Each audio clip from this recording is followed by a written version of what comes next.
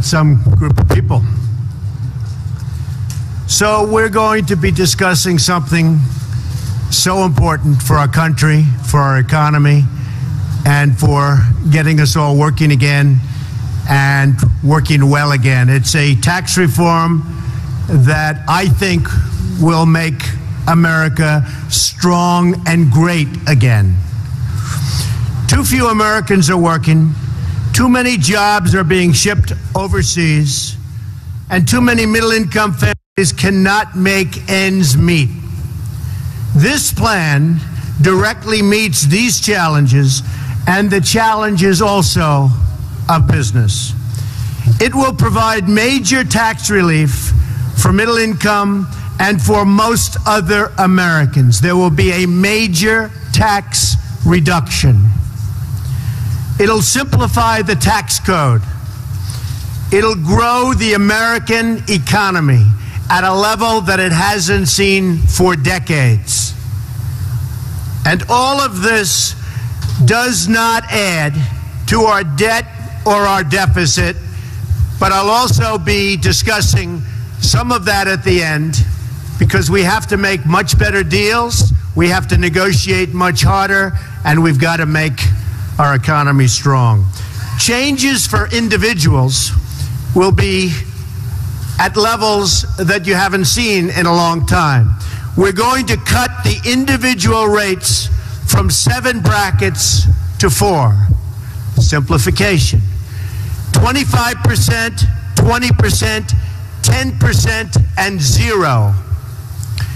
If you're single and earn less than $25,000 per year, or married and jointly earn less than $50,000. So, very important.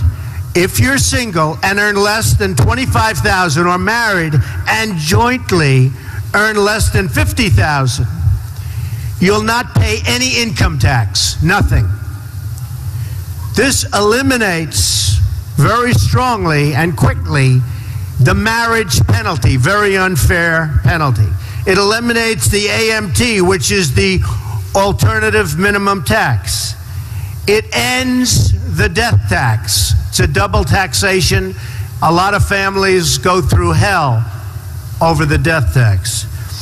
It reduces or eliminates most of the deductions and loopholes available to special interests and to the very rich. In other words, it's going to cost me a fortune, which is actually true, while preserving charitable giving and mortgage interest deductions, very importantly. It ends the current tax treatment of carried interest. Those are the hedge fund folks that I've been talking about for quite a while. They make a lot of money, carried interest. So it ends the current tax treatment of carried interest for speculative partnerships that do not grow businesses or create jobs and are not risking their own capital. Changes for business, now, so important, because it's all about business, it's all about jobs.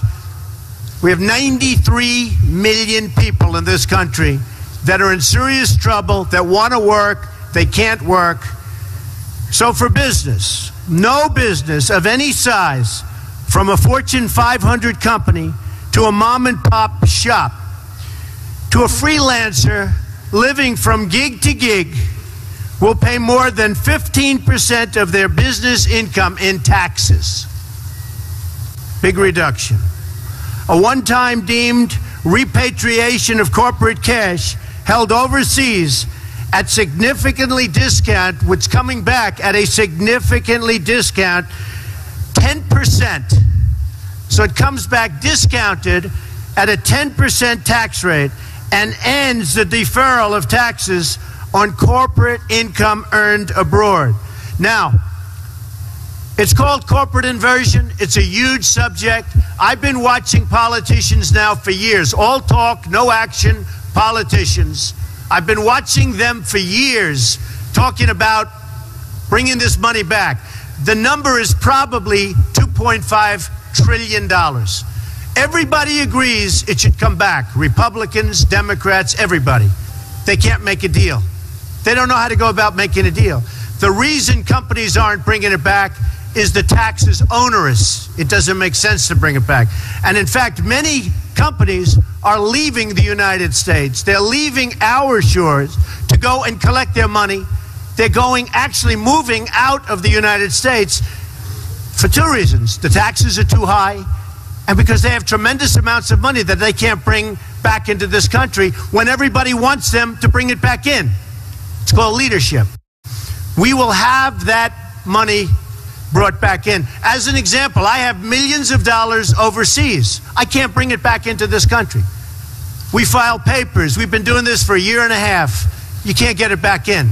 So the money stays in other countries, and that's what happens. Not good for us.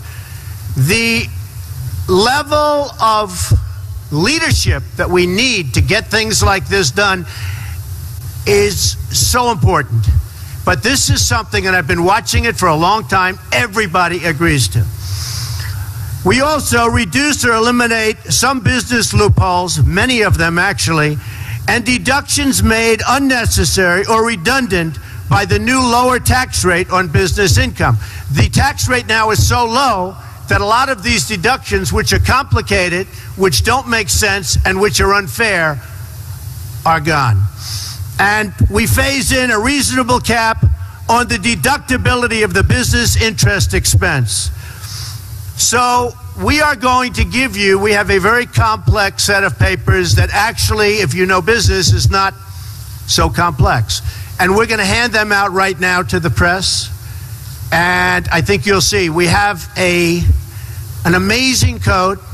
It will be simple, it will be easy, it will be fair, it's graduated. As you get up in income, you pay a little more. Some of the very unfair deductions that certain people have been given who make a lot of money will not be available any longer. But I actually believe they'll do better because I think the economy will grow.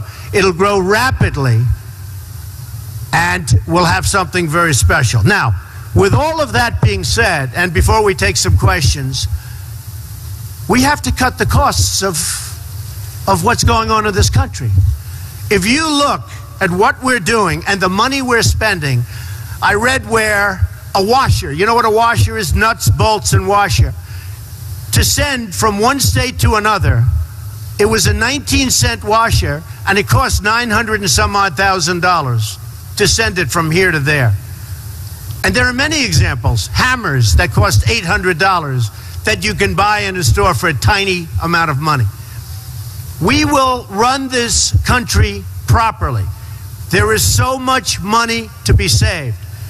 We're reducing taxes, but at the same time, if I win, if I become president, we will be able to cut so much money and have a better country.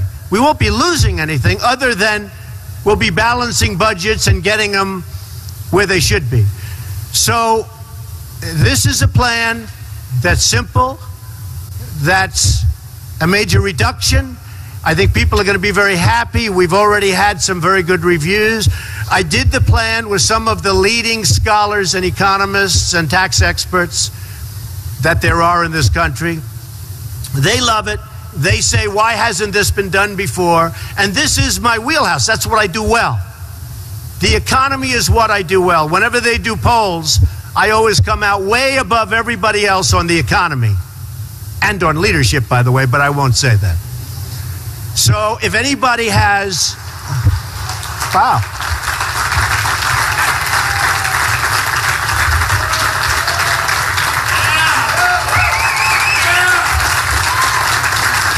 Thank you. That's amazing. That's some of the press was actually clapping. I never saw that. I don't think I've ever seen that before. All right, why don't we take some questions from the press? Yes, go ahead. No, I'm not going to do that yet. I have to get their approval. But we have some of the top people in the country worked on this. Well, we're looking at a 3%, but we think it can be 5, it could even be 6. We're going to have growth that will be tremendous. And by the way, if we have more than 3, these numbers are really spectacular. And one of the things that they don't take into account in any big league fashion is the cutting. There is so much waste in government that I believe when I get in there, I'll be able to cut, without losing anything, to cut tremendous amounts off of the, and we're not even showing anything for that. So they're very conservative numbers. Yes, Sarah.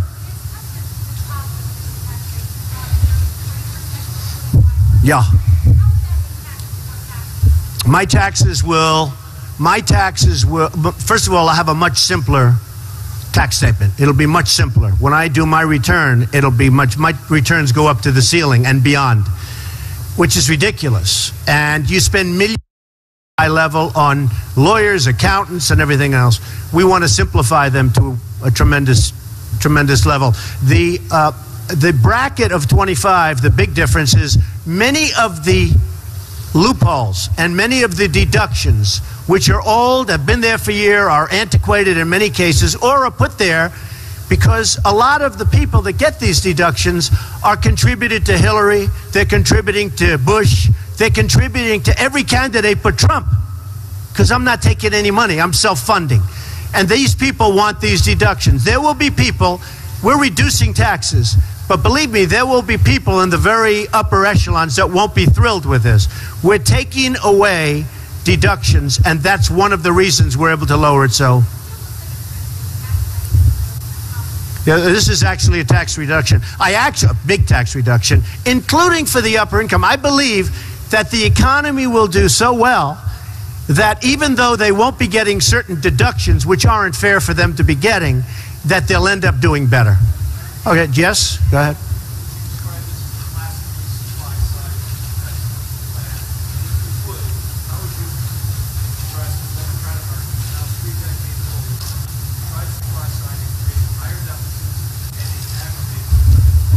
I just think this is a common sense approach. You know, we could say supply side, you could say there's 15 different names given out for different kinds of reductions or increases.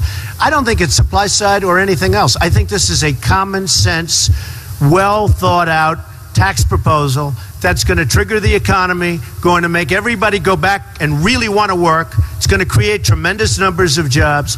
One of the other things that I'm coupling this with is if I become president, I'm going to renegotiate our trade deals, because our trade deals are not sustainable by this country. Not sustainable. We cannot continue to let our jobs go to all of the different countries. There's not a country that we negotiate with that doesn't make a better deal. Everybody. We lose money with everything. I'm also going to renegotiate some of our military costs, because we protect South Korea. We protect Germany. We protect some of the wealthiest countries in the world, Saudi Arabia. We protect everybody. We protect everybody. And we don't get reimbursement. We lose on everything. We lose on everything. So we're going to negotiate and renegotiate trade deals, military deals, many other deals that's going to get the cost down for running our country very significantly. I'm not showing a big number in that, but I believe that if I become president, those numbers are going to be massive. As an example, Saudi Arabia, they make $1 billion a day. We protect them. So we need help. We're losing a tremendous amount of money on a yearly basis, and we owe $19 trillion. I used to say 18 for the last 6-7 months. Now it's 19, and it's only going up. Yes, Tom? This morning, Senator Rubio described your campaign as a freak show. You take a lot of pride in your... Well, now, look, Senator Rubio is a lightweight. We understand that. He wouldn't be able to do this. He wouldn't know a trade deal from any other deal. And what certain people are trying to do is they're trying to take, we just went up in the last poll, we went up 2 points in the last poll, and we continue to go up. In the NBC poll, I think we went from 26 to 29. We're going up very strongly in the polls. They don't know what to do about it. I built a great company. You'll see that in 60 Minutes last night. I built a great company. It's a phenomenal company with very little debt, tremendous cash flow. I'm funding my own campaign. Guys like Rubio, I mean, he desperately needs money. Ask the car dealer in Florida. Ask the people that support him. And a guy like Rubio and others, I don't want to single him out. You're singling him out. But they're largely controlled by their donors, the special interests, and frankly, more than anybody else, the lobbyists. I've turned down millions and millions of dollars from lobbyists and special interests because it's not the right thing. It's just not right. And that seems to be resonating very strongly. Yes. Thank you. Thank you.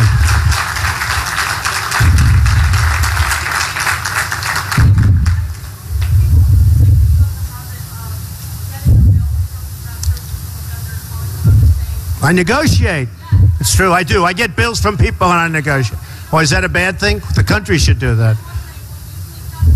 Yeah, I would. I'd bring that same attitude to the White House. It's true. She said, I have a habit. When you get a bill, you call up and you negotiate. To me, that's a compliment. No, I want to take that thinking to the White House. I would bet you we could save 20. I could even say more, but we could save a tremendous amount. That has to be the attitude our country has. You can't spend millions and millions of dollars on doing something that you can do for $2,000. You know, when you look at costs, we just spent $1 million building a soccer field, okay? A soccer field for our prisoners that happen to be in Guantanamo, okay? I don't like that. What do you need $1 million for? Level out the surface, let them play, if they have to play at all, okay? What do you need to spend $1 million? We just spent, it's a story today, $1 million on a soccer field. How do you spend $1 million doing the soccer field? You have a level piece of land. Throw them a ball, let them play soccer. If they have to play at all, why are they playing soccer is my question. Okay. Yes, sir, go ahead. No, it's too long. You don't have time. You're not time. All right, go ahead. Why don't you go ahead? Right.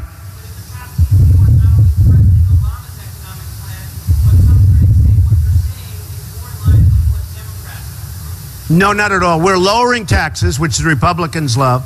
And I think one of the reasons I am doing so well in the polls, and one of the reasons I'm doing so well when it comes to the economy in all polls, is that this is the thinking. No, we're lowering taxes very substantially, we're simplifying, and we're getting rid of deductions that are actually obsolete, that certain people want to keep for certain reasons. So no, that's not true. Yes, sir, go ahead.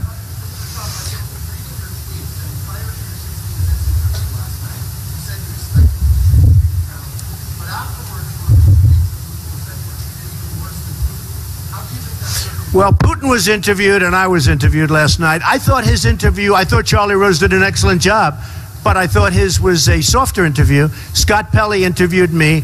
I thought Scott was terrific. I mean, it was a tough interview, but I thought he was very fair. And I thought the piece was very good. Yeah, go ahead. Why is he harder on me than Putin? I would say because Putin is a nicer person than I am. Okay, go ahead.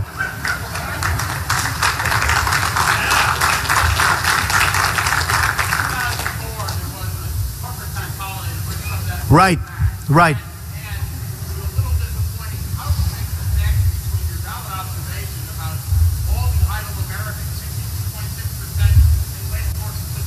It's the worst in 36 years. Okay. Well, it's a good question, and you can connect the dots. But I guess it has been probably since 2004, you know, you're talking about 10, 11, 12 years, that people have wanted to bring the money back into the country. And again, it's called corporate inversion. And a lot of times the corporations are moving out and they're going to other countries, taking jobs. And now we have a really big problem because we have serious companies, very large, very prestigious companies, as you know. Obviously, you know something about business. But we have major companies looking to move out of the United States. You know, it used to be they'd move from New York to Florida, they'd move from New Jersey to Texas or whatever. Now they're talking about moving from the United States to Ireland and to England and to other places, to Spain, where they get treated differently and, frankly, better. And they're doing that for a number of the reasons, but one of the big reasons, as you know, is taxes. One of the other reasons is to get all of this cash that they've built up and they can't get back into our country. And when this money comes back into our country that everybody wants, it's going to be put to work in our country largely. It can go other places, but largely. And I think it'll be an amazing boon. Now, here's the other thing. They think it's $2.5 trillion. I think it's much more than that. I actually think it's going to be more money than that. And boy, if it is, we have hit pay dirt. Yeah, go ahead, real fast.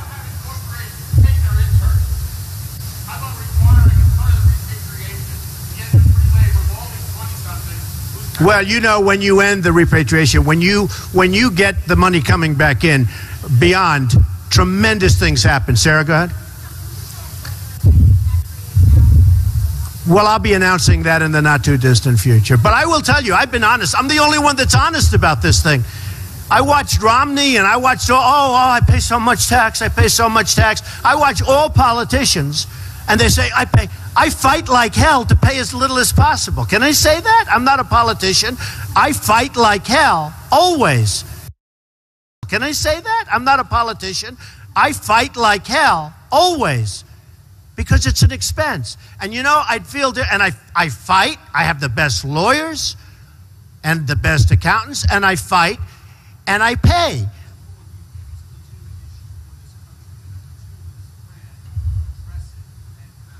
Well, I'll tell you what, in terms of income inequality, we're going to create a lot of jobs. You know, right now, we have a false 5.4, 5.3, 5.6. Every month is different. It is such a phony number. Because when people look, and then they give up looking for a job, they're taken off the roll. So the number isn't reflective. I've seen numbers of 24%. I actually saw a number of 42% unemployment. 42%. And it could be. Because when you're looking for a job, and you go around, and you look, and you fight, and you want to work, and you want to take care of your family, and then you can't get the job, and you know what I'm talking about because you're shaking your head. And you can't get the job, essentially, for statistical purposes, you are considered employed. So then I read, every time it comes out, I hear 5.3% unemployment. That is the biggest joke there is in this country. That number is so false. And you know, people ask, how come Trump is doing so well, and Carson and others? How come they're doing? You know why they're doing well? Because people are tired of political speak. They're tired of that. And the worst example of it, one of the worst examples of it, is the phony unemployment rate. The unemployment rate is probably 20%, but I will tell you, you have some great economists that will tell you it's 30, 32, and the highest I've heard so far is 42%. There's anger out there at the job picture. Now, one other thing. With that being said, China, Japan, Mexico, Brazil, these countries are all taking our jobs like we're a bunch of babies. That will stop. People will treat us fairly if I become president. We are losing our jobs, we're losing our base, we're losing our manufacturing. All of that will stop. Yeah, go ahead. Well, this is number one, it's simplification. Number two, what I'm really doing is the big picture, because corporations now are going to start having an incentive to create jobs. They're going to have an incentive also to stay in this country. They're going to spend, well, if they provide bigger dividends, people are going to have more money to spend. So that's not so bad either. If a corporation gives out a bigger dividend, that's great. Mr. Jones gets a bigger dividend, he's going to have more money to spend in the economy. So that's good. Yes, ma'am. Should Chris Christie what?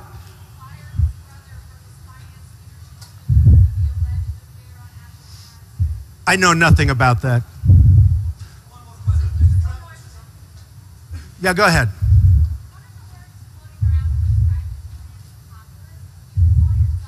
No, I'm not a populist. No, I'm not. I'm a man of great common sense. I'm a man that's built a tremendous company with the best locations in real estate, the best everything. You're here at one of them. I have many of these. A great job. I've employed tens of thousands of people. I employ now thousands and thousands of people. I've done a good job, but I wouldn't say populist at all. I would say I'm a man of common sense. I'm cutting taxes. I'm going to create a lot of jobs. I'm going to get rid of a tremendous amount of waste. And I'll tell you what, the waste that I get rid of, is going to have a huge impact. And I'm not even putting that in my numbers. So I think it's going to be terrific. All right, how about one more question? Go ahead. Yes, the motor industry. That's a beautiful way of describing it. The motor industry. Where are you from? England. I love oh, what a beautiful accent. No, I want to get the industry, we call it the automobile industry, but I want to get the automobile industry to build factories here. As you know, Ford is building a $2.5 billion factory in Mexico. Mexico also took a big plant out of Tennessee, and Tennessee thought they were going to get it, and they didn't. I want the motor companies, as you would say, or the automobile companies, to build their plants in the United States. I don't want Nabisco leaving for Mexico or any place else. I want these companies not to leave Chicago, not to leave Michigan, not to leave New Hampshire and Iowa and South Carolina and all of these places where they're leaving and they're going to other countries. I want them to stay here, and they will stay here, and they'll be so happy. Ladies and gentlemen, thank you very much. It's been a great honor. Thank you. Thank you. Thank you.